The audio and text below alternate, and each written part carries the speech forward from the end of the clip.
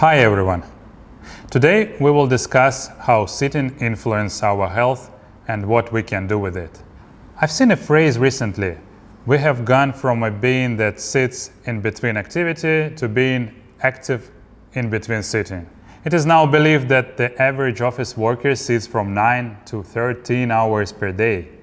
We sit while eating breakfast, then in the car going to work, sitting in front of the computer, then while having lunch, going back home, eating dinner, and then again sitting in front of the TV.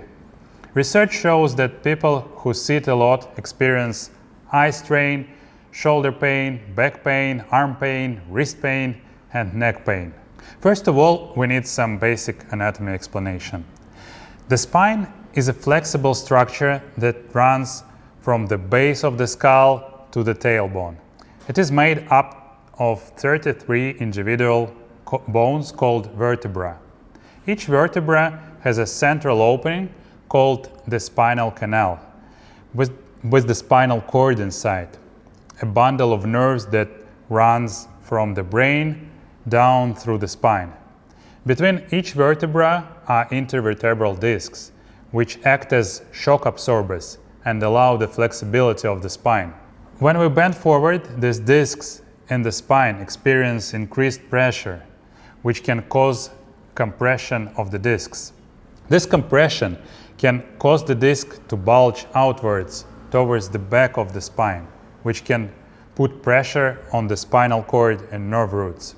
And this is when we can start feeling pain, tingling, numbness, or weakness in the arms or legs, depending on the location of the compression. While some compression of the discs is normal during everyday movements like bending forward, excessive compression can lead to disc herniation or other spinal problems. So prolonged sitting is bad for the spine because it puts a lot of pressure on the back.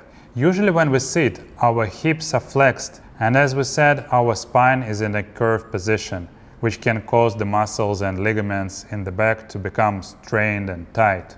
Over time, the cumulative effects of prolonged sitting can contribute to the development of spinal conditions, like already mentioned protrusions and the herniated disc. Sitting can also cause the muscles in the hips, thighs, and back to become tight and weak, leading to pain and stiffness. Sitting for long periods can reduce blood circulation in the legs, leading to varicose veins. Research and studies have linked prolonged sitting with an increased risk of obesity, type 2 diabetes, and heart diseases. So, what can we do? There are some basic recommendations which we need to follow. First, adjust the height of your chair so that your feet are flat on the ground and your knees are at a 90 degrees angle. This will help distribute your weight evenly and reduce pressure on your lower back. Second, make sure your chair provides lumbar support. This means that the chair back should fit the natural curve of your spine and provide support for your lower back. Position your chair close to your desk so that you can maintain a comfortable distance from your computer screen and easily reach your keyboard and mouse. Fourth, hips should be higher than the knees. When the hips are higher than the knees, there is less forward rotation to the pelvis and thus less strain to the lower back.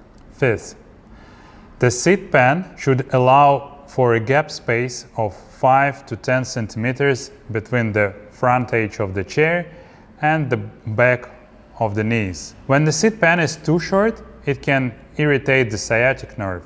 If it is too long, it can reduce blood flow to the legs. And the most important thing we need to do is to have as much movement during the day as possible. We will show you exercises which you can do in the office.